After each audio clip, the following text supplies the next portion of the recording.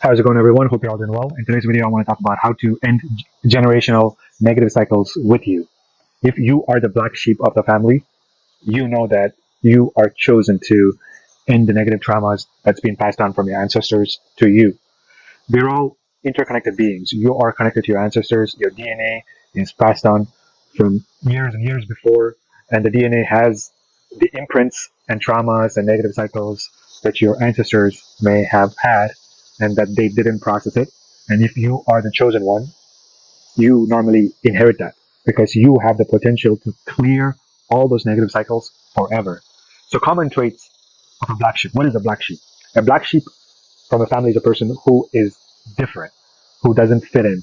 It doesn't just relate to family. It could be just like, in life in general. You're an odd person. You don't normally have a lot of friend circle. Like, you don't fit in quite right. You like to spend a lot of time in nature. You are an avid thinker. You know that things don't make sense for you. If you have those traits, most likely you are a black sheep of your family, and you find flaws in things that normally people have no problem with. You see an alternative path to live a life that's different from what is correct, what is supposed to be. You are not afraid to be different. But at the same time, you may feel those things when you're alone, but due to societal pressures, due to peer pressures, you may be conformed into obedience. I want to talk to people like that. That's who this video is for. If you identify with these traits, continue watching. As a black sheep of the family, you have a tremendous power to carve a different path that none of your previous ancestors had the courage or the opportunity to do so. But it comes with you can say, a price. What's the price? It has nothing to do with money. It has to do with if you have the courage to be different, if you have the courage to stand up for what you believe to be true. And in doing so, you may have to cut ties with your family, or you may have to go on a different path that you resonate with, and they may not agree with you. They may not understand that, but that's the price. If you are prepared to walk on that path, your life is limitless. You have freedom to resolve all those traumas that you have, and also the traumas that you may have inherited from your ancestors.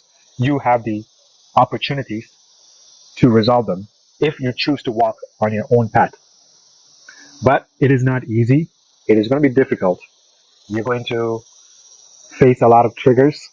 You will face a lot of events that may not be pleasant at the beginning, but with time you will thank them that they happened because it help you to clear those trauma that you have. And on top of that, let's talk about the price of what happens if you don't follow the path that your soul craves. You will live a life of quiet desperation. From outside, it may look like you're fully successful, you have everything, you have a great family, you have the car, you have the home, like things normal people dream of. You will have them all. But inside, you will feel dead. You will just have a fake smile. You won't be having that satisfaction. All the time, you're going to be wondering, what if I went on that one path and carved out what it is that life asks of me? You'll always have that in your mind, even if you have a family, even if you have kids, even if you have a great career, even if you have tremendous financial success.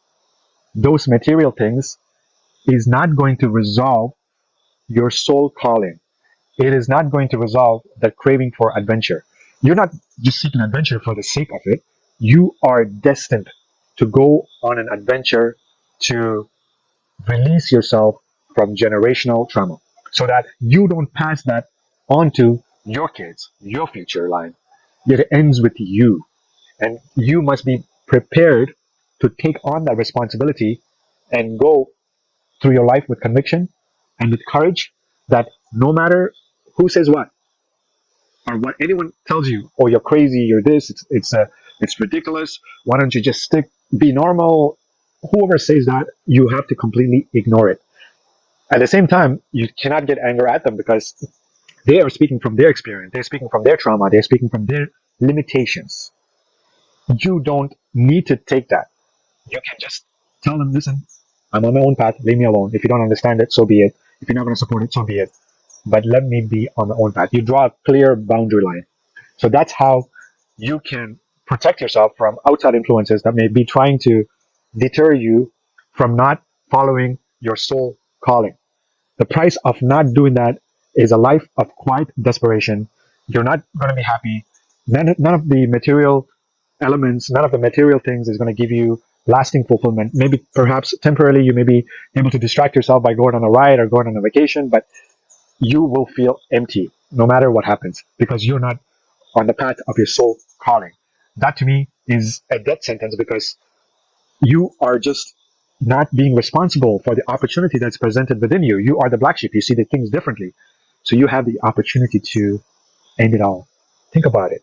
Think about how happy your ancestors are going to be. Think about how liberated your soul will be.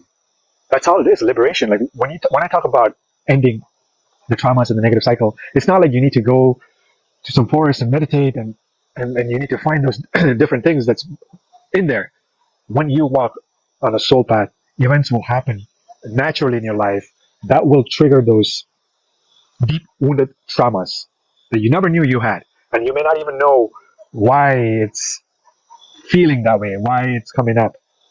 And at that moment, you need to be knowledgeable enough to know how to release it. It's one thing to start walking on the path, but you have to be willing to learn the tools and the techniques that's going to help you stay centered. I'm telling you, in every single video, I mention meditation because it is crucial, very, very crucial for you to be staying centered when you walk on this path of a lifetime adventure. Adventure itself is a path of unknown, and it comes with stress. It comes with unpredictability. Good things happen, not so good things happen. That is part of the adventure. And you need to be prepared to handle them. And like I said, things will happen to you that will invoke this trauma, this samskara. Samskara is a yogic term for trapped energies. And when they come up, the emotions will be intense. Usually the emotions are fear, anger, rage, sadness perhaps too. So at that moment when those things happen, doesn't matter what event is causing that, you say thank you to those events for showing you there's something in you that needs to get released. And at that moment, you can choose to observe it to see how you can let it go. Instead of being sucked into it, the natural tendency when you have this intense emotion is to get lost in it. You know, when you get angry, you do things and you say, oh, sorry about that. I lost it. You lost what? What is the it you lost? You lost your consciousness. You lost the seat of your awareness. That's what people mean when they say, I lost it. So what you can do to not lose it, it's for you to be detached in that situation. If you notice that there is an anger, there is a emotion within you, that by definition shows you that you are not that. You are not what you're observing. If you are what you're observing, then you wouldn't observe in the first place. So you need to step back and realize who is watching it, and you lean back. So at those moments, what you can do is just choose to relax your shoulders, take deep breath, literally lean back, and just watch it. And you can also practice saying mantra. You can say God, God, God, God, or you can ask for help from higher power, from your spirit guides, from whatever it is, techniques that you may think it's going to help you. You can do that. There's millions of techniques, but the only thing that you need to do is to be aware of what is happening and choose to let go. Lean back and let that emotion come through and choose to let go. The more you do that, the more you are going to feel lighter and lighter. And each time you let go, a part of you will die. That part, my friends, could be the trauma and the samskara of your ancestors that's been unresolved for years and years, and you were able to let go of it. And you were able to let go of it because you were willing to walk on this path of what your soul is craving. So trust me, if you are the black sheep, you are a powerful being. Do not let anyone, your family, your closest friends, influence you from not walking on your path. If you are not satisfied where you are at right now, ask yourself what it is that you need to do. You don't need to know the full step, a full plan of where you're gonna go. Nothing like that. Ask yourself, at this moment, my current lifestyle doesn't give me excitement. What do I need to do to get that excitement? Ask yourself where that excitement lies. The soul communicates with you through this energy of excitement. When you are on a path that you are meant to take, that is your compass. You can use your excitement as a compass to help you navigate on the path that you need to go. Perhaps for some of you, it's moving, relocating to a different country, or maybe getting a different job, or being in a cabin in a wood, whatever it is, whatever experience gives you the excitement, follow that. And from that point onwards, one excitement will lead you to another, and eventually dots will connect, and you will start to walk on your path. But the first step is for you to have the courage to stand up, to realize that there's nothing wrong with you. There's nothing wrong with you thinking differently. Don't let the society, don't let the peer pressure, don't let your family, don't let anyone else gaslight you into thinking that there's something wrong with you. You are not alone. There are literally millions of people like you out there, and they're just like you. They don't want to be in the eyes of the public. They don't necessarily like to have attention because they, I would say, highly intellectual beings. They are highly intellectual beings. They have reasoning beyond normal people. That's a gift. If you have that, use it. Walk on your path. Have the courage to say no when you don't resonate with it. Until next time, my friends, be fearless.